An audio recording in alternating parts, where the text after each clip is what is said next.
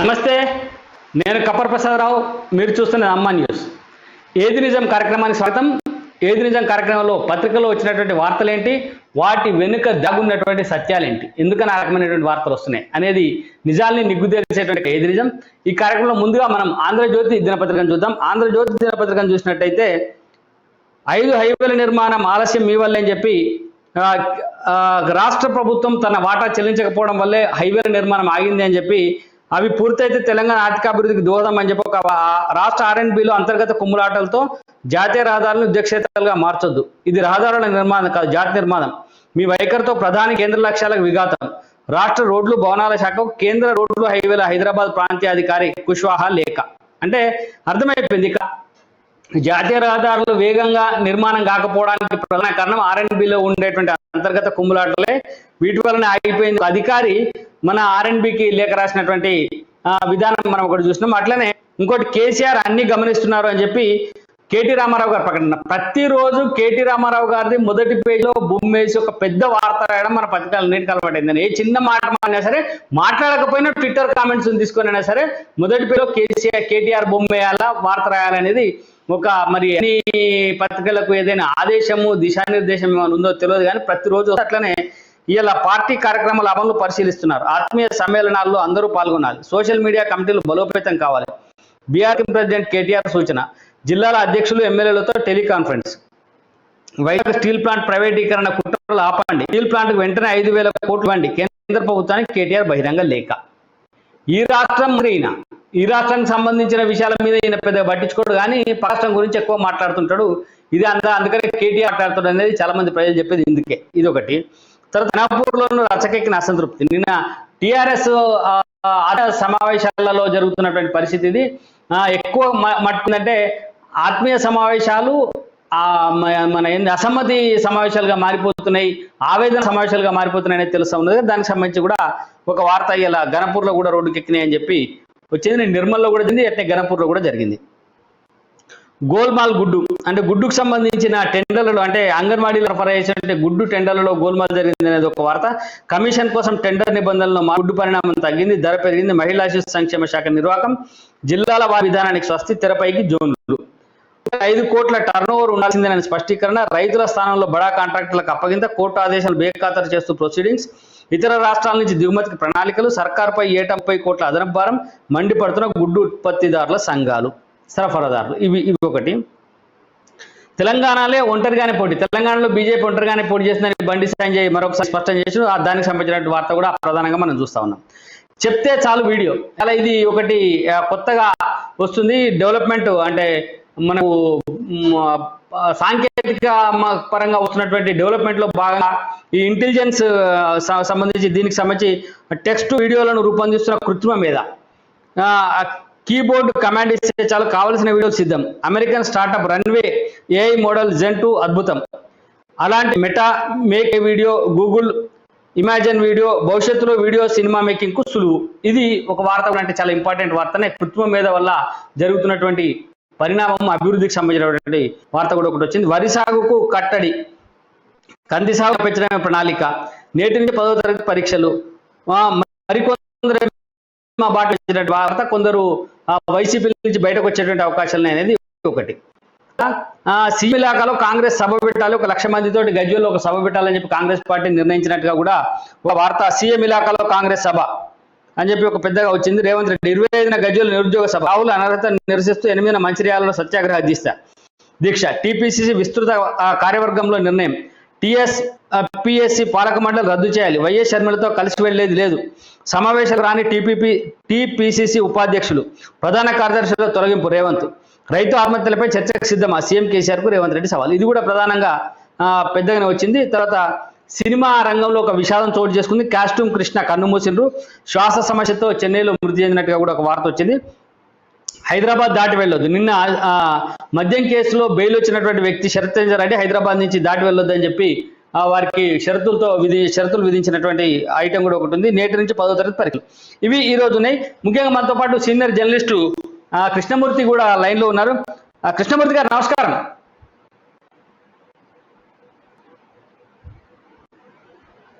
కృష్ణమూర్తి గారు నమస్కారం. నమస్కారం ప్రసాద్ గారు.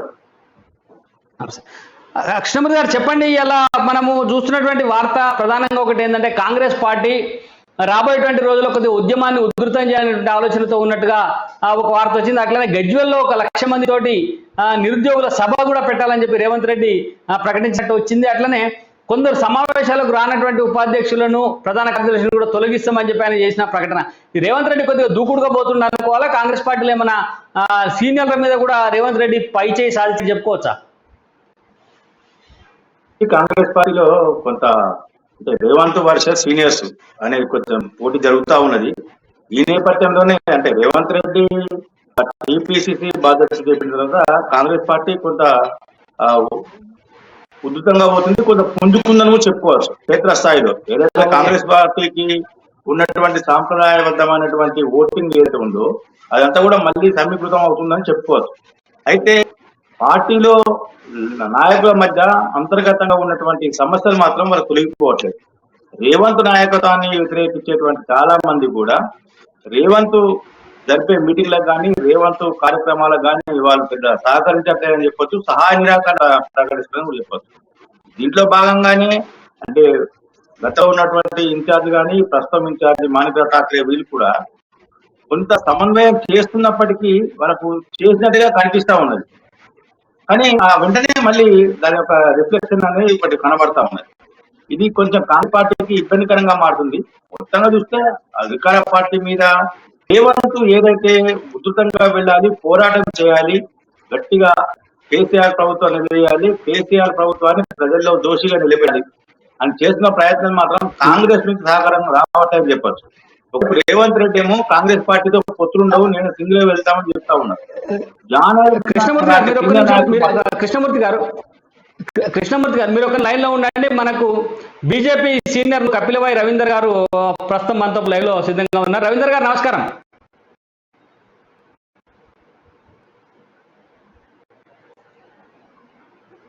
రవీందర్ గారు నమస్కారం.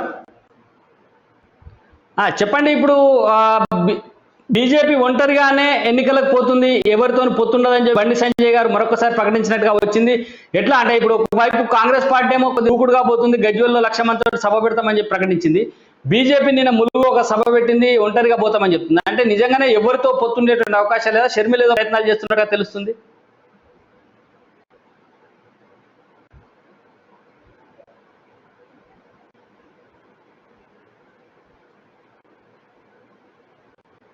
రవీణ మీరు మ్యూట్లో ఉన్నారు, కొద్దిగా మ్యూట్ ఇసేయండి.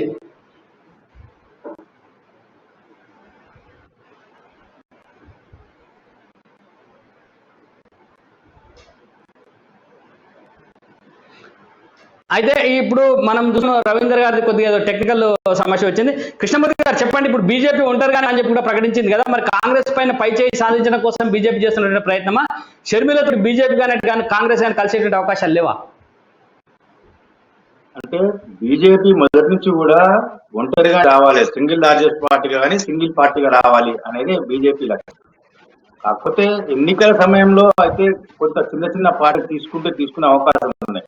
కానీ ఇప్పటి వరకు ఆ పార్టీ స్టాండ్ ఏంటంటే మేము ఒంటరిగానే వెళ్దాం, మనకున్న బలం సరిపోద్ది, మన పార్టీ రాష్ట్రంలో ప్రజల ఆదరణ, ప్రస్తుతం ప్రజల నుంచి వస్తున్న ఆదరణ మనకు కంఫర్ట్ గా ఉంది కాబట్టి మనం సింగిల్ గా వెళ్దాం అనుకుంటున్నాను. ఇదే విషయాన్ని బండి సంజయ్ చెప్పారు. అంటే షర్మిల గారు మొన్న ఫోన్ చేసి టీఎస్పీఎస్ పేపర్ లీకేజ్ విపక్షాన్ని కలిసి వెళ్దామని చెప్పడము, ఆ వెంటనే బండి సంజయ్ మాట్లాడి మళ్ళీ వచ్చి మేము షర్మిల కానీ కాంగ్రెస్ తో షర్మిల వెళ్తే మేము షర్మిలతో కలిసి వెళ్ళాము, షర్మిలను కలుసుకొని పోరాటం చేయమని చెప్పేసి కరాఖండిగా తేల్చి చెప్పారు. అంటే already Congress party BRS touch లో ఉంది, బీఆర్ఎస్ కాంగ్రెస్ ఒకటే.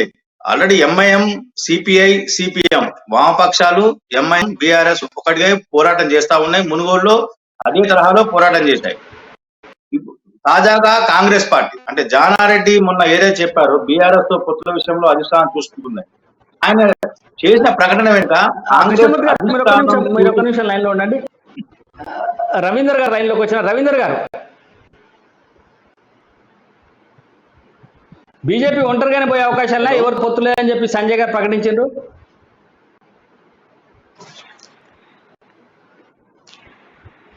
బీజేపీ ఒంటరిగానే పోయేటువంటి అవకాశాలనే, సంజయ్ గారు ఎవరితో పొత్తులేదని ప్రకటించారు.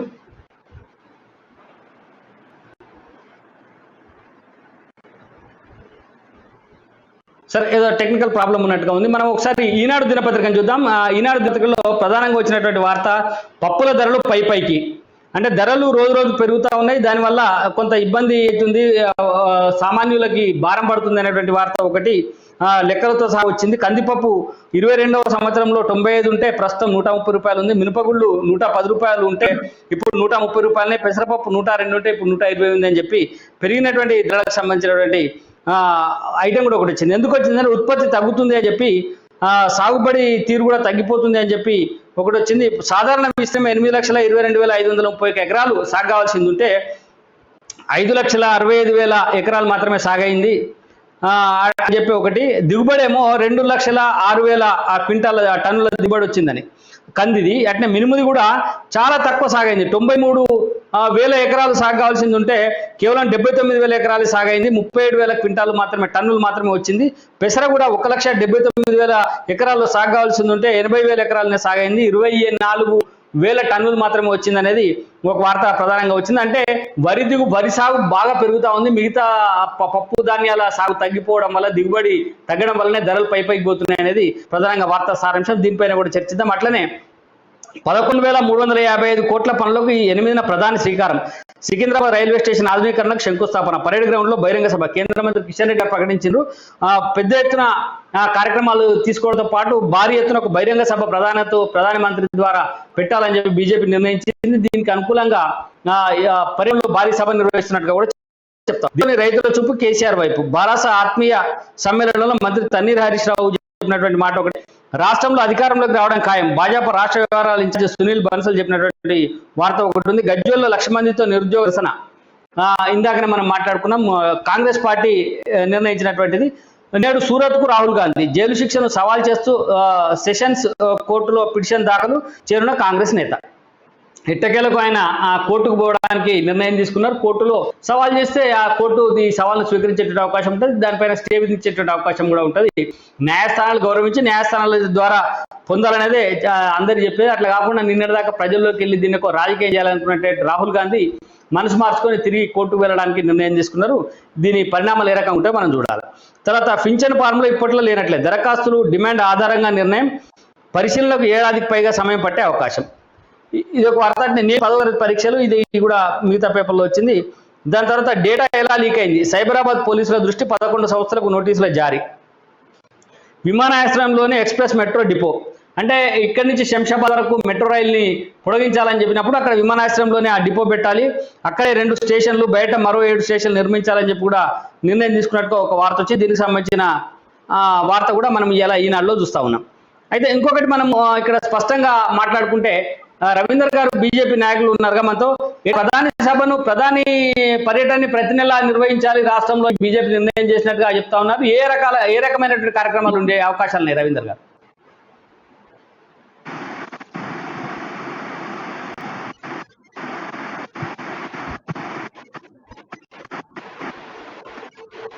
నా వాయిస్ పోతలేదా?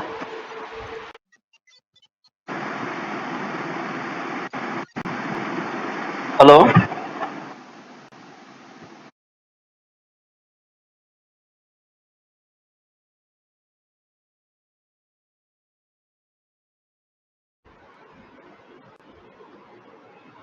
సరే, ఇప్పుడు మనం వెలుగు దినపత్రికను కూడా చూద్దాం. వెలుగు దినపత్రికలో వచ్చినటువంటి వార్తలు మనం ఒకసారి గమనిస్తే, వెలుగు దినపత్రికలో టీఎస్పీఎస్సీ చైర్మన్ విచారణ. 1-2 రోజుల్లో కమిషన్లోనే ప్రశ్నించే ఛాన్స్. లీగల్ ఒపీనియన్ తీసుకున్న సిట్. ఈ నెల 11న కోర్టుకు రిపోర్ట్ ఇవ్వనున్న ఆఫీసర్లు. మాస్టర్ క్వశ్చన్ పేపర్స్ బాధ్యత ఎవరిది? ఈ విషయాలపైన ఒకటి. తర్వాత ఇంపార్టెంట్ వార్త ఒకటి ఇలా వెలుగులో వచ్చింది, పెద్ద స్టోరీ. కాలువలు లేని కాళేశ్వరం. కాళేశ్వరానికి 1,000 కోట్ల రూపాయలు వెచ్చించి కట్టినటువంటి కాళేశ్వరం ప్రాజెక్టుకు ఇప్పటిదాకా కాలువలు లేకపోవడం వల్ల ఆ ప్రాజెక్టులన్నీ వృధానే ఉంటున్నాయి. ఏ రిజర్వాయర్ నుంచి కూడా మిగతా పంట కాలువలకు కాలువలు ఏర్పాటు చేయలేదు అనేది ఒక పెద్ద వార్త, ఫోటోతో సహా చాలా బ్రహ్మాండమైనటువంటి వార్త ఒకటి వేసింది. ఇందులో రైతులకు సంబంధించిన వాళ్ళ యొక్క ఇంటర్వ్యూలు కూడా, అంటే రైతులు ఏమనుకుంటున్నారు అనేది కూడా ఇవ్వడం జరిగింది. దీనిపైన కూడా మనం చర్చిద్దాం. దాని తర్వాత అని చెప్పి ఈ క్రీకి సంబంధించినటువంటి వార్త. జైలు శిక్ష అప్పీల్కు రాహుల్. ఈ తర్వాత ఇదే 1,00,000 మందితో నిరుద్యోగులతో 25న గజ్వేల్లో సభ. ఇది కూడా ఒక వార్త మనం ప్రధానంగా గమనించాలి. పొత్తులు ఉండవు. బండి సంజయ్ చేసినటువంటి ములుగు సమావేశంలో, బీజేపీ సమావేశంలో బండి సంజయ్ ఒక ప్రకటన చేశారు, ఎవరితోని పొత్తులు భారతీయ జనతా పార్టీకి ఉండవు, భారతీయ జనతా పార్టీ ఒంటరిగానే పోటీ చేస్తుంది అనేటువంటి మాట మరొకసారి స్పష్టం చేయడం జరిగింది. దాని తర్వాత పేడ్ కార్యకర్తలు, ఇదొక ఇంట్రెస్టింగ్ స్టోరీ. చాలా సభలు గతంలో రాజకీయ పార్టీలకు పార్టీ కార్యకర్తలే ఉండేటోళ్ళు, నాయకులకు అనుచరులు ఉండేటోళ్ళు. కానీ ఇప్పుడు కేవలం అన్ని పెయిడ్ కార్యక్రమాలే మొదలైనవి. అందరూ ఫిక్స్డ్ సాలరీస్ ఆఫర్ చేస్తున్న లీడర్లు పెయిడ్ కార్యకర్తలే ఉంటా ఉన్నారు. నెల నెల ఇంత డబ్బిచ్చి యాక్టివిటీ చేస్తున్నటువంటి కార్యక్రమానికి సంబంధించిన ఒక వార్త కూడా ఉంది. ఎన్నికల తమ వెంటే ఉండేలా అగ్రిమెంట్, సోషల్ మీడియాలో యాక్టివ్గా ఉండే వారికి ప్రియారిటీ, డబ్బుల పంపిణీ సహా అన్ని పనులు చేసేందుకు ఇంపార్టెంట్ వార్త. రాష్ట్రంలో మారుతున్నటువంటి ట్రెండ్, కొత్తగా వస్తున్నటువంటి ట్రెండ్, అనేక రకాల సంస్థలు వస్తూ ఉన్నాయి. స్ట్రాటజీ చెప్తామని చెప్పి రాష్ట్రంలో 4 రోజులు వానలు, 5 నిమిషాలు అయితే ఎగ్జామ్కు నో ఎంట్రీ. అంటే రాష్ట్రంలో 4 రోజుల పాటు భారీ ఎత్తున వర్షాలు కురుస్తాయని చెప్పి వాతావరణ శాఖ చెప్పింది. ఒక వార్త అయితే 10వ తరగతి ఎగ్జామ్లలో ఎలర్ట్ నుంచి మొదలైన ఇలా 5 నిమిషాలు లేట్ అయితే ఎగ్జామ్కు రావద్దు అనేది ఒక నిబంధన ఉంది అని చెప్పి వార్తలు వచ్చింది. మనం వీటిలలో గమనిస్తే కాళేశ్వరానికి సంబంధించి అసలు కాలువలే లేవు. ఇది వాస్తవమైన వార్త ఇందులో. ఎందుకంటే మల్లన్న సాగర్ కట్టిండ్రు, మల్లన్న సాగర్కు పంట కాలువలు లేవు. కొండపోచమ్మ సాగర్ కట్టిరు, కొండపోచమ్మ సాగర్కు పంట కాలువలు.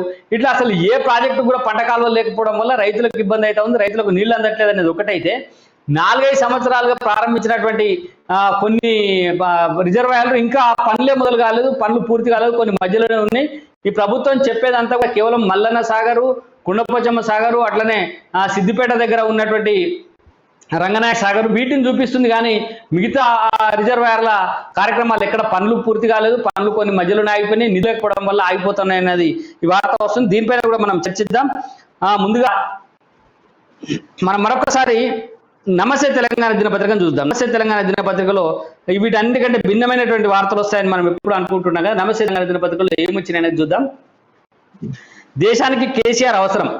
మహారాష్ట్ర నుంచి వచ్చినటువంటి కొందరు నాయకులు, మైనారిటీ నాయకులు, వీళ్ళంతా బీఆర్ఎస్ లో చేరిండ్రు.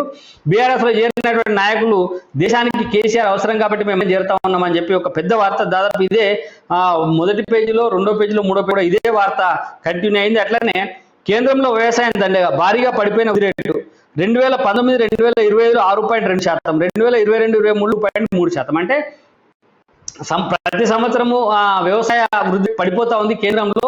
ఇది పూర్తిగా కేంద్ర ప్రభుత్వం బాధ్యత అనే విధంగా రాష్ట్ర బడ్జెట్ కేటాయింపుల్లో కోతలే కేంద్ర వ్యవసాయ మంత్రి వెల్లడి. కార్పొరేట్ల చేతుల్లోకి వ్యవసాయం, రైతులను కూలీలుగా మార్చేటువంటి కుట్ర. దేశాయ వ్యవసాయ రంగం వృద్ధి రేటు అని చెప్పి ఈ రకమైనటువంటి ఒక వార్త కూడా ఇది ఇందులో వేసింది. అసలు వాస్తవంగా వ్యవసాయ రంగం అనేది కేంద్రం చేతుల్లో కాదు, రాష్ట్రాల చేతుల్లో ఉంటుంది.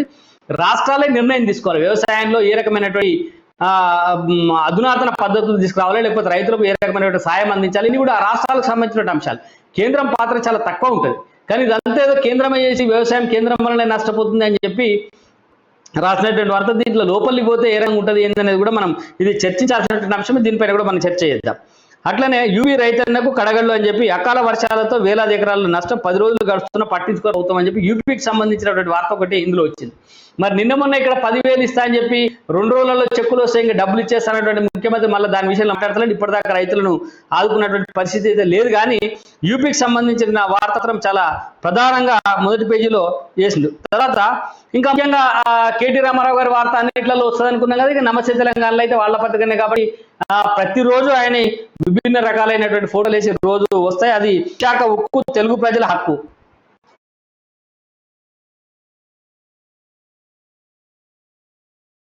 దీన్ని ప్రతి కార్యకర్తకు భాగస్వామ్యం చేయాలని చెప్పి విస్తృత టీఆర్ఎస్ ఆత్మీయ సమ్మేళనం అందించి 10,000 మంది సభ్యులతో పరిశీలన కమిటీ టెలికాన్ఫరెన్స్ లో వర్కింగ్ ప్రెసిడెంట్ కేటీఆర్ అనేటువంటి వార్త కూడా ఒకటి వచ్చింది. నష్టాలు అంటే విశాఖ ఉక్కును నష్టాల పాలు చేసి అమ్ముకునేందుకు కేంద్రం కుట్ర, అందుకే అప్పు రాకుండా అడ్డంకులు అని కేటీఆర్ కామెంట్ చేసిండ్రు. దీని మీద కూడా మనం కోవిడ్ టీకాలపై కేంద్రం వీక్ష. ప్రస్తుతం రాష్ట్రంలో టీకాల నిల్వ 0. తక్షణం 20 లక్షల టీకా డోసులు పంపాలి. 2 వారాల కిందే మంత్రి హరీష్ రావు లేఖ. తెలంగాణ విజ్ఞప్తిని పట్టించుకుని మోదీ సర్కార్. పైగా కేసులు పెరుగుతున్నాయంటూ లేఖలు. రాష్ట్రానికి 1.72 కోట్ల టీకా అవసరం అని చెప్పి ఒక వార్త కూడా ఈ నమస్తే తెలంగాణలో ఉంది. మనం చూసిన ఒకవైపు ఈనాడు చూసినాం, ఆంధ్రజ్యోతి చూసినాం, వెలుగు చూసినాం, నమస్తే తెలంగాణ మూడు చూసినాం. అయితే ఏ పత్రికలలో రానటువంటి వార్తలు నమస్తే తెలంగాణలో వస్తున్నాయి. దీని పరిస్థితి ఎట్లా ఉంది అనేది మనం ఒకసారి సీనియర్ జర్నలిస్ట్ కృష్ణమూర్తి దగ్గరికి పోయి విషయం తెలుసుకునే ముందు ఈ కార్యక్రమంలో స్వల్ప విరామం తీసుకుందాం. Welcome back. ఏది నిజం కార్యక్రమంలో చర్చిస్తా ఉన్నాం. నమస్తే తెలంగాణలో వస్తున్నటువంటి వార్తలు ఏంది, ఇతర పత్రికల్లో వస్తున్నటువంటి వార్తలు ఏంది. కాళేశ్వరానికి సంబంధించి అలా వెలుగు రాసినటువంటి వార్తలు స్పష్టంగా ఫోటోలు కూడా వేసి అక్కడి ప్రజలతో మాట్లాడి వాళ్ళ అభిప్రాయాలను కూడా ఇందులో రాసినటువంటి పరిస్థితి ఉన్నది. మనం చూసినట్టయితే రాజన్న సిరిసిల్ల జిల్లాలో 9వ ప్యాకేజీ కింద మిడ్ మానేరు మలక్పేట రిజర్వాయర్తో లింక్ చేసి అప్పర్ మానేరు నింపాలి. కోనరావుపేట మండలం మల్కపేటలో 3 TMCల కెపాసిటీ రిజర్వాయర్ నిర్మిస్తున్నారు. ఇక్కడి నుంచి సింగ సముద్రం మీదుగా అప్పర్ మానేరు నీటిని తరలించారు. ఈ ప్యాకేజీ ద్వారా సిరిసిల్లలో 80,000 ఎకరాలకు సాగునీరు ఇవ్వాలని భావించిన పనులు స్లోగా సాగుతున్నాయి. అదే సమయం మిడ్ మానేరు నుంచి సిరిసిల్ల మీదుగా సిద్దిపేట, గజ్వేల్ వరకు తరలించే 10, 11, 12 ప్యాకేజీ పనులు మాత్రం పూర్తిగా కంప్లీట్ అయ్యాయి. అంటే అర్థమైంది, మధ్యలో పనులు ఆపి కేవలం మల్లన్న సాగర్ కు నీళ్లు ఇవ్వాలనేటువంటి ఒక ఆతృతతోటి ఈ పనులు పూర్తి చేసిండ్రు. సిరిసిల్ల కూడా నీళ్ళు అందుతలేవని చెప్పి మళ్ళీ ఇందులో ప్రకటనలో వాస్తవం ఉన్నది కదా. అంటే మనం వరుసగా పైనుంచి చూసుకొని వస్తే పైన కొడుకు, మధ్యలో అల్లుడు, కింద కేసీఆర్ గారు తండ్రి, వీళ్ళు అన్ని నియోజకవర్గాలు. ఆ కింది నుంచి పోతే ముందుగాల మామ, దాని తర్వాత అల్లుడు, దాని తర్వాత కొడుకు. ఈ 3 నియోజకవర్గాలలో చూస్తే సిరిసిల్లలో కూడా పనులు పూర్తి కాలేదు అని చెప్తా ఉన్నారు. గజ్వేల్, సిద్దిపేటకు సంబంధించినటువంటి పనులు పూర్తి చేసిండ్రు. కానీ గజ్వేల్ నియోజకవర్గంలో నేను గజ్వేల్ నియోజకవర్గానికి సంబంధించినటువంటి వానిగా చెప్తా ఉన్నా. గజ్వేల్ నియోజకవర్గంలో మల్లన్న సాగర్, కొండపోచమ్మ సాగర్ల నిర్మాణం జరిగింది కానీ వాటి నుంచి నీళ్లు పంట పొలాలకు పోయేటువంటి పరిస్థితి లేదు, పోవడం లేదు.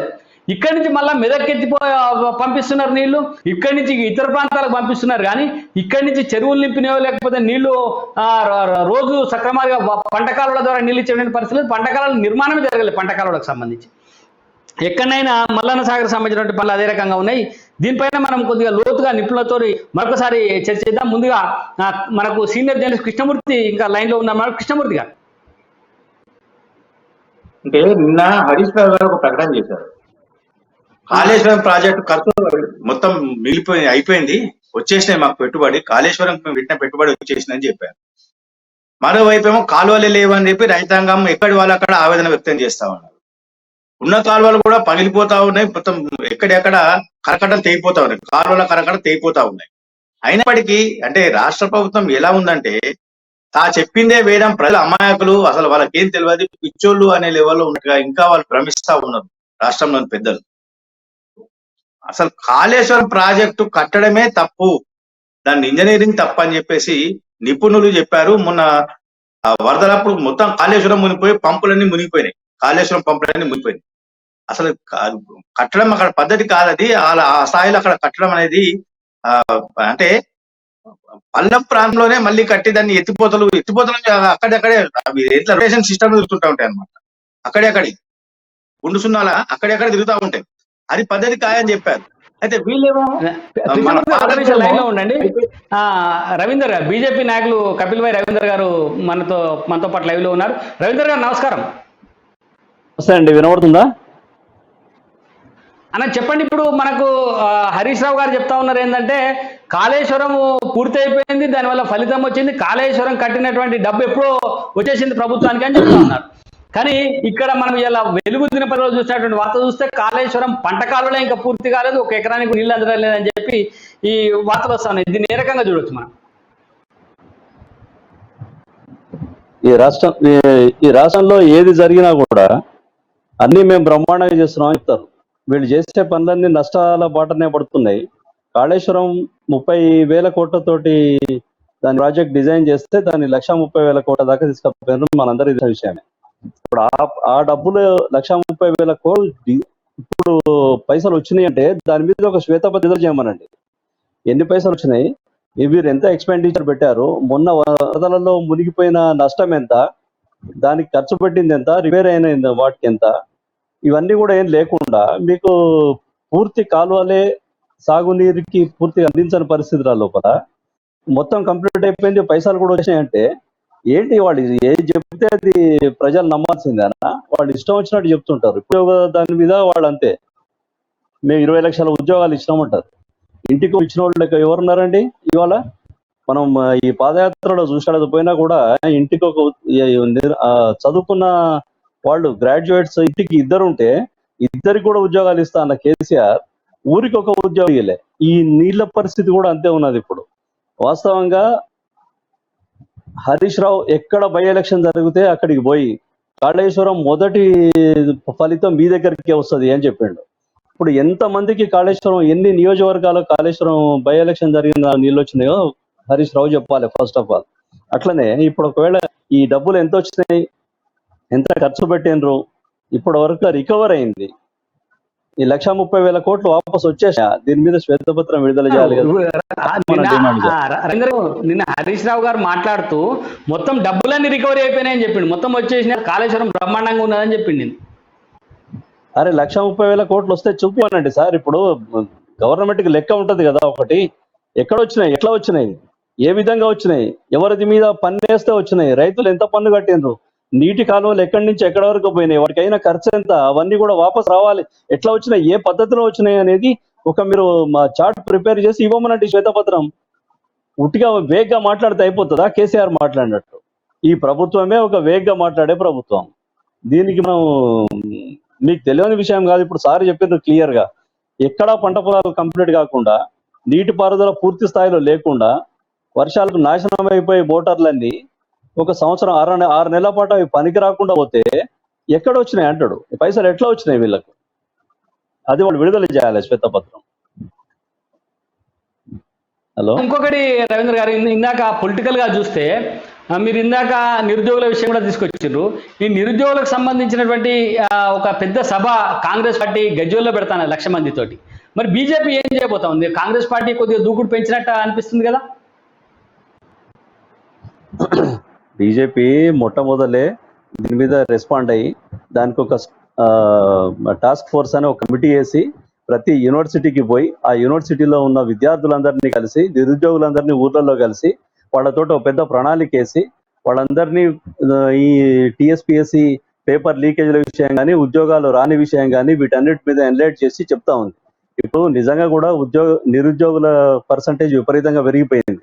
పాపం ఒక 30 లక్షల మంది ఇవాళ అనాథలు అయిపోయినారు. వాళ్ళు కోట్ల రూపాయలు, లక్షలాది రూపాయలు ఖర్చు పెట్టుకొని వాళ్ళ శ్రమశక్తిని వాళ్ళ పరంగా పెట్టి కాయ కష్టం చేసి పిల్లల్ని హైదరాబాద్ పంపించి కోచింగ్ సెంటర్లలో పెట్టి వాళ్ళను ట్రైనింగ్ ఇప్పించి చదివిస్తే తీరా వచ్చే వరకే రిజల్ట్ ఏంటి?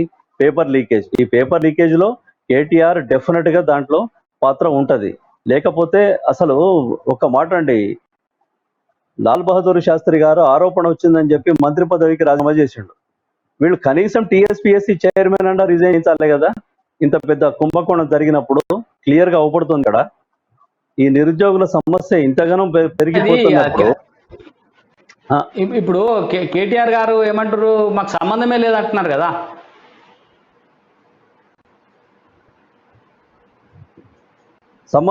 ఇప్పుడు ఎవరికి ఏం సంబంధం ఉండదా అండి? ఇప్పుడు టీఎస్పీఎస్సీ గజ్వేల్లో సభ పెడతా అంటుంది కదా, బీజేపీ కార్యాచరణ ఏ రకంగా ఉండబోతుంది? మిలియన్ మార్చ్ లాంటి తీసుకుంటామన్నారా? ఎప్పటి నుంచి ప్రారంభం కాబోతాం? ఇంకా దాని పూర్తి స్థాయి షెడ్యూల్ ప్రకటించలేదండి. దాని మీద డెఫినెట్ గా నిరుద్యోగ సమస్య మీద భారతీయ జనతా పార్టీ పోరాడుతుంది. ఆ మొదలు ఫస్ట్ దాన్ని టేకప్ చేసిందే భారతీయ జనతా పార్టీ, మీకు అందరికీ తెలిసిన విషయమే.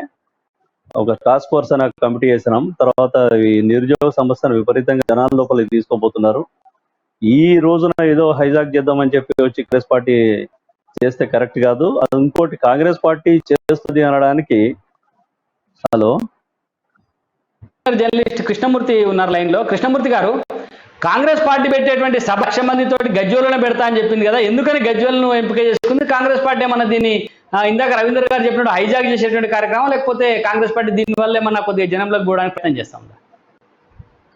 గజ్వేల్ అనేది హార్ట్ ఆఫ్ ది తెలంగాణ లాగా, సీఎం కేసీఆర్ ప్రాతినిధ్యం వస్తున్న కాన్స్టిట్యున్సీ కాబట్టి అక్కడ పెడితే రాష్ట్ర ప్రజల మొత్తం అక్కడ దృష్టి ఉంటుంది. ఒకటి. రెండోది ఏంటంటే సీఎం సొంత నియోజకవర్గంలోనే ఒక సభ పెట్టి సక్సెస్ చేయడం ద్వారా కాంగ్రెస్ పార్టీ మేమేదో సాధించాం గొప్పగా, మాదే అంటే మేమే ప్రత్యామ్నాయం, అధికార బీఆర్ఎస్ పార్టీకి మేమే ప్రత్యామ్నాయం అని ప్రజలకు చెప్పగానే చెప్పాలని భావిస్తున్నట్టుగా స్పష్టం అవుతా ఉన్నది. అయితే ఈ సభకు వాస్తవాలు చెప్పాలంటే గజ్వేల్లో కాంగ్రెస్ పార్టీకి అంత పెద్ద పట్టు లేదు. కానీ కాంగ్రెస్ పార్టీకి గజ్వేల్లోనే కాదు, ఆ మెదక్ జిల్లాలోనూ పెద్ద పట్టు లేదు. కానీ అక్కడ పెడదామని చెప్పేసి వాళ్ళు అనుకున్నారు.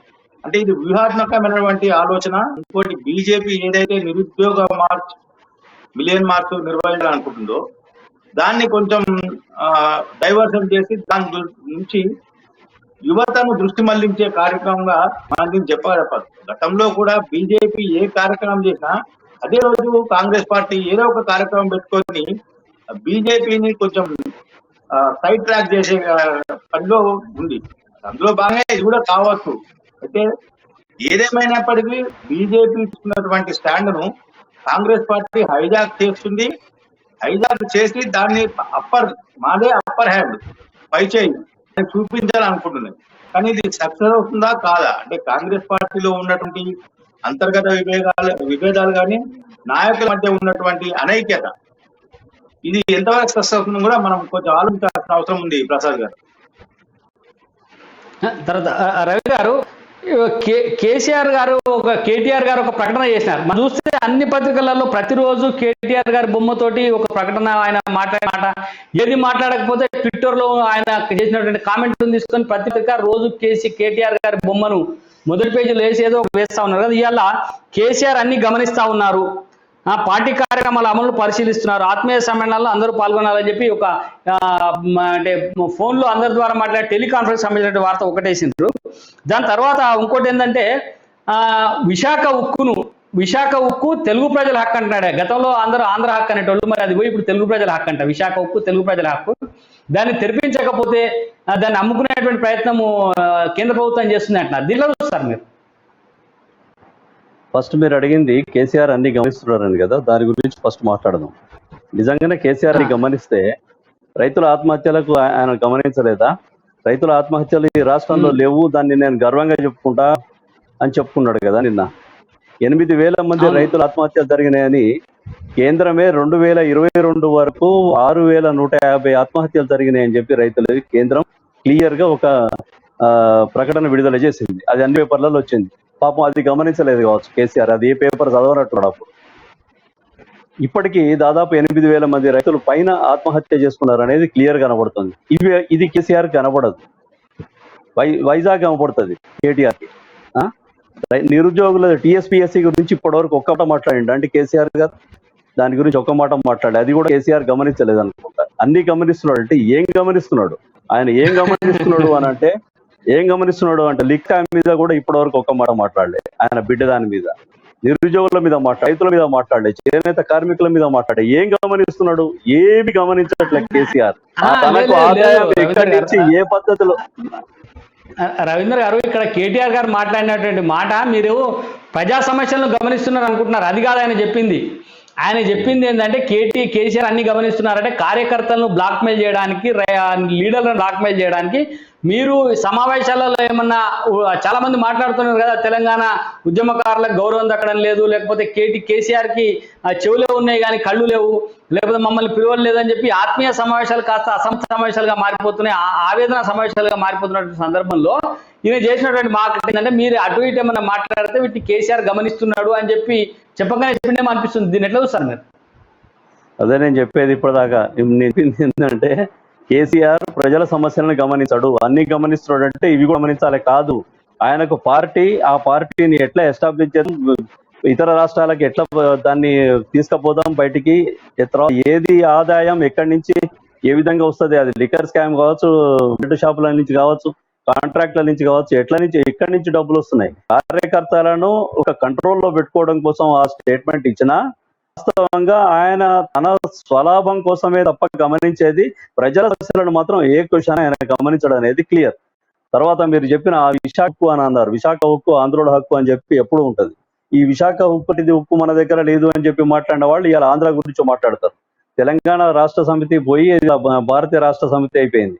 భారతదేశం గురించి మాట్లాడే పరిస్థితికి వచ్చింది. ఇవాళ ఆంధ్రాలో వాళ్లకు 4 సీట్లు కావాలి, అక్కడ కొంచెం డెవలప్ కావాలి కాబట్టి పార్టీ ఈ విధంగా విశాఖ ఉక్కు గురించి మాట్లాడుతున్నారు. ఆల్రెడీ విశాఖను దాన్ని ముట్టుకోమని చెప్పి కేంద్ర ప్రభుత్వం ఆల్రెడీ డిసైడ్ చేసింది, డిక్లేర్ చేసింది. దీని అనవసరంగా దాని మీద చిచ్చు పెట్టి ఉట్టిగానే లేని దాన్ని తీసుకొచ్చి అపవాదం వేయటం తప్ప. కృష్ణమూర్తి గారు, కృష్ణమూర్తి గారు హలో. చెప్పండి, అసలు ఇప్పుడు కేటీఆర్ గారి ప్రకటన ఒకటి అందరు గమనిస్తున్నారన్నారు కదా, నిజంగానే ఏం గమనిస్తున్నారు అంటే కేసీఆర్ గారు ఏం గమనిస్తున్నారు? ఇందాక రవీంద్ర గారు చెప్పారు కేసీఆర్ గారు ఏది గమనిస్తలేరు, రాష్ట్రంలో ఆత్మహత్యలు జరుగుతున్నా, రైతులను పట్టించుకుంటలేడు, ఏ రకమైనటువంటి గమనింపులు ఆయన దగ్గర లేవు అని చెప్పి రవీంద్ర గారు స్పష్టం చేశారు. మీరేమనుకుంటారు? నిజంగా ఈయన కేసీఆర్ గమనిస్తున్నాడు అంటే ఏం గమనిస్తున్నాడు అని చెప్పి కేటీఆర్ గారు చెప్పినట్టుగా. కేటీఆర్ గమనించేది ఏంటంటే ఇప్పుడు మీరు అన్నట్టుగా పార్టీలో ఉన్నటువంటి అసమ్మతులను అణచివేసే విషయంలోనే గమనిస్తున్నారు.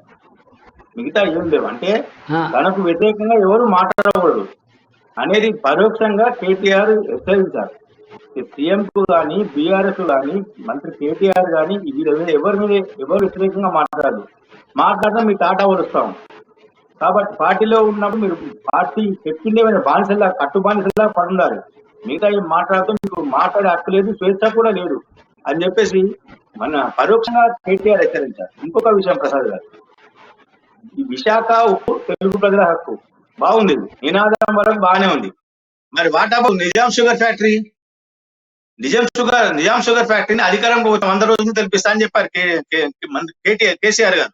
ఉద్యమం సమయంలో చెప్పారు, ఆ తర్వాత కూడా చెప్పారు మేము చేస్తున్నాము, దాన్ని పరిశీలిస్తున్నాము, అవసరమైతే లోకల్ గా రైతులకు అంటే చెరుకు రైతులు ఒక సంఘంగా ఏర్పడి వస్తే దాన్ని కూడా ఇస్తామని చెప్పారు. దానికి సంబంధించిన కార్యాచరణ కూడా సిద్ధం చేస్తున్నాము, త్వరలోనే రైతులను పిలుస్తాను అని అసెంబ్లీలో స్వయంగా కేసీఆర్ ప్రకటించారు. మరి ఇంతవరకు దాని గురించి ఎందుకు మాట్లాడలేరు?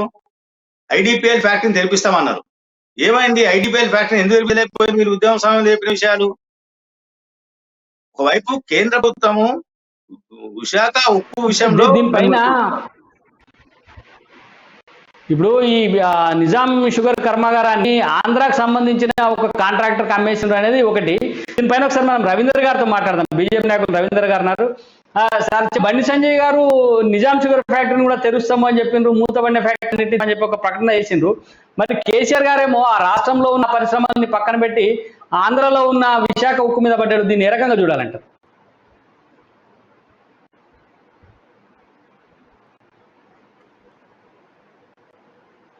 రవీంద్ర గారు, కేటీఆర్ ఆంధ్రలో ఉన్న విశాఖకు తెలుగు ప్రజల హక్కు అంటున్నాడు. మరి ఆంధ్రప్రదేశ్ మన తెలంగాణలో ఉన్న నిజాం షుగర్ ఫ్యాక్టరీ ఎవరి హక్కు? దాన్ని ఎట్లా చూడాలా?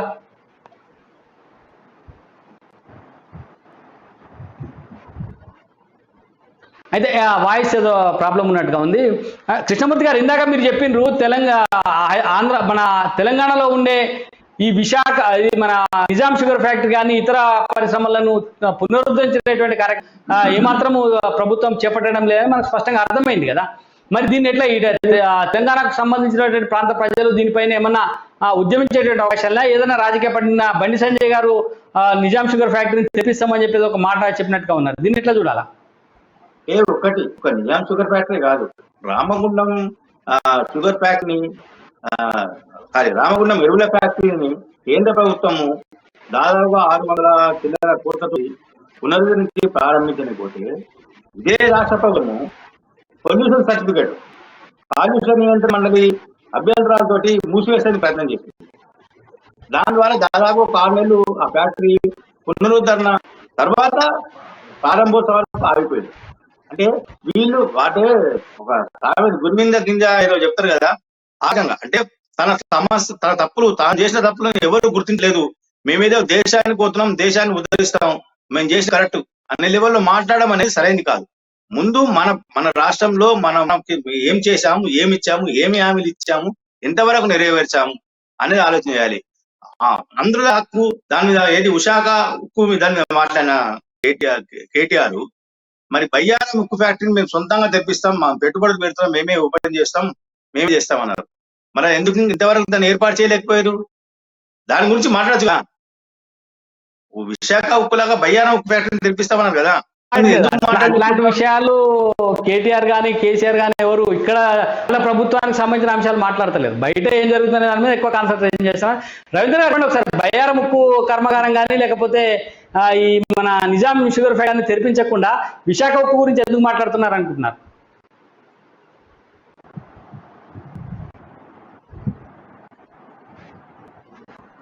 అంటే మా రవీంద్ర గారిది వాయిస్ ఏదో ఉన్నట్టుంది. అంటే ప్రధానంగా మనం ఇక్కడ చూస్తే ఏంటంటే తెలంగాణకు సంబంధించిన పరిశ్రమలు మూతపడతా ఉన్నాయి. తెలంగాణ ప్రాంత నిరుద్యోగ యువకులకు ఉద్యోగాలు ఉన్నాయి. తెలంగాణ ప్రాంత రైతాంగం ఆత్మహత్యల వైపోతా ఉన్నారు. వ్యవసాయం లాభదాయకంగా లేదు కాబట్టి మరీ పండించి విపరీతమైన లక్షల రూపాయల అప్పులు చేసి అప్పులు కట్టలేక రైతాంగం ఆత్మహత్యల వైపోతా ఉన్నారు. ఇవన్నీ తెలంగాణలో జరుగుతూ ఉంటే ప్రభుత్వం మాత్రం, ముఖ్యంగా కేటీ రామారావు మాత్రం గురువింద గింజ నీతిలాగా ప్రవర్తిస్తున్నట్టుగా తెలంగాణ ప్రజల నుంచి అనేక ఆరోపణలు, విమర్శలు అయితే వస్తూ ఉన్నాయి. ఎందుకంటే ఇక్కడ ప్రాంత ప్రజల గురించి మాట్లాడకుండా ఈయన ప్రధానికి విశాఖ ఉక్కు గురించి కేంద్రానికి లేఖ రాసినట్ట. విశాఖ ఉక్కు గురించి కేంద్రానికి లేఖ రాసిన నిజమే, కానీ ఈ రాష్ట్రంలో జహీరాబాద్ ప్రాంతంలో, నిజామాబాద్ ప్రాంతంలో, కామారెడ్డి ప్రాంతంలో అటువైపున పెద్ద ఎత్తున చెరుకు పండించేటువంటి రైతులందరూ చెరుకు వేయడాన్ని మానేసిండ్రు. ఇవన్నీ అనేక పత్రికలలో మన పప్పుల ధరలు విపరీతంగా పెరుగుతున్నాయి, రాష్ట్రంలో అధికంగా పప్పు ధరలు పెరుగుతున్నాయి అని చెప్పి ఒక వార్త వచ్చింది. దానికి కారణం ఏంటంటే పప్పు ధాన్యాలు పండించేటువంటి రైతులు వాటిని మానేసి పత్తి వైపు, వరి వైపు పోతా ఉన్నారు. అంటే ఈ తృణధాన్యాలను పండించడానికి, మిల్లెట్స్ పండించడానికి రాష్ట్రంలో ప్రభుత్వం ఎలాంటి చర్యలు తీసుకోవడం లేదు. అట్లనే చెరుకు ఫ్యాక్టరీలన్నీ మూతపడడం వల్ల చెరుకేసేటువంటి రైతులు పూర్తిగా వెనక్కిపోయి చెరుకు వేయడం మానేసిండ్రు. ఇట్లా రకరకాల సమస్యలు ఇక్కడ ఉన్నాయి. ఇందాక కృష్ణమూర్తి గారు చెప్పినట్టు బయ్యారం ఉక్కు కర్మాగారం మేమే తెరుస్తాము, మేమే చేస్తామని చెప్పి ప్రకటించినటువంటి కేటీ రామారావు కానీ రాష్ట్ర ప్రభుత్వం కానీ దాని విషయమే పట్టించుకోలేదు. అంటే ఇక్కడ రాష్ట్రంలో జరిగేటువంటి, అంటే దీపం కింద నీడ ఉంటుంది, దీపం మిగతా దగ్గరికి వెలుగునిస్తుంది అంటాం. కానీ ఇక్కడ రాష్ట్రంలో ఏముందంటే, ఈ రాష్ట్రంలో ముఖ్యమంత్రికి కేటీ రామారావు, ఆయన కొడుకు కేటీ రామారావుకి తమ కింద జరుగుతున్నటువంటి చీకటి ఏందనేటువంటి విషయము అర్థం కాక ఎప్పుడు బయట గురించే మాట్లాడుతున్నటువంటి పరిస్థితి మనకు కనబడతా ఉన్నది. మనం ఏ విషయాన్ని తీసుకున్నా, మహారాష్ట్ర నుంచి రైతులు వస్తే ఇక్కడ ఆత్మహత్యలే లేవని చెప్తాడు. అయ్యా హరీష్ రావు గారు మహారాష్ట్ర రైతులను తీసుకుపోయి కాళేశ్వరం చూపిస్తాడు. కాలువలు లేనటువంటి కాళేశ్వరాన్ని చూపిస్తాడు ఆయన. రైతులు కాళేశ్వరం ద్వారా కాలువలు ఏ రకంగా పోతున్నాయి, ఏ పొలాలకు పోతున్నాయి చూపిస్తే బాగుండేది. కానీ ఆ మల్లన్న సాగర్ కట్ట మీద, కొండపోచమ్మ సాగర్ కట్ట మీద, లేకపోతే రంగనాయక సాగర్ కట్ట మీద విందులు వినోదాలు చేసుకొని అక్కడ నీళ్లను, గంగాలంలో నీళ్లుంటే ఏం లాభం, అవి పొలాల్లోకి రావాలి కదా. మరి ప్రాజెక్టులో నీళ్లుంటే ఉపయోగం లేదనేటువంటి విషయం రైతాంగానికి చెప్పరు. కేవలం ఇలాంటి ఒక అభూత కల్పనలు, అంటే మనం ఏం చేస్తామంటే కళలు కనే విధంగా చేసి ఇదేదో నిజంగానే అభివృద్ధి జరిగింది అని చెప్పి బయట ప్రపంచానికి చెప్పడం కోసం చేసినటువంటి ప్రయత్నం తప్ప వాస్తవంగా రాష్ట్రంలో జరుగుతున్నటువంటి అభివృద్ధి ఏమాత్రం లేదనేది స్పష్టంగా తెలంగాణ ప్రజలు అనుకుంటా ఉన్నారు. తెలంగాణ ప్రజలు దీనిపైన రియాక్ట్ అయ్యే అవకాశాలు కూడా ఉన్నాయి. కానీ ఈ వార్తలు ఏవి కూడా మిగతా పత్రికలలో కనబడడం లేదు. మిగతా పత్రికలు కేవలం ప్రకటనలకు మాత్రమే స్టెనోల్ లాగా మారిపోయినట్టుగా అనిపిస్తా ఉంది. అంటే ఒక ముఖ్యమంత్రి గారు ఆత్మహత్యలు లేవు అని చెప్పినారు, ఆత్మహత్యలు లేవు అని రాస్తాం. కానీ నిజంగానే ఆత్మహత్యలు ఉన్నాయా లేవా? ముఖ్యమంత్రి గారు ప్రకటన ఒకవైపు వేసి ఆత్మహత్యలు లేవు అని చెప్పి ఆయన నిలువెత్తు ఫోటోస్ రాయండి, ఎవరికి అభ్యంతరం లేదు. కానీ నిజంగానే ఈ సంవత్సరం ఎన్ని ఆత్మహత్యలు జరిగినాయి అనేటువంటి విషయాలను కూడా రాస్తే ప్రజానీకానికి కళ్ళు తెరిపించినట్టుగా ఉండదు. కానీ స్టెనోలుగా మారిపోతే పత్రికలకు కూడా పెద్దగా ఉపయోగం ఉండదు, ప్రజలకు కూడా ఉపయోగం ఉండదు అనేటువంటి విషయాన్ని తెలియజేస్తూ ఈ కార్యక్రమాన్ని ఇంతటితో ముగిస్తున్నాం. మళ్ళీ రేపు ఏది నిజం కార్యక్రమంలో కలుద్దాం. అంతవరకు సెలవు, నమస్తే.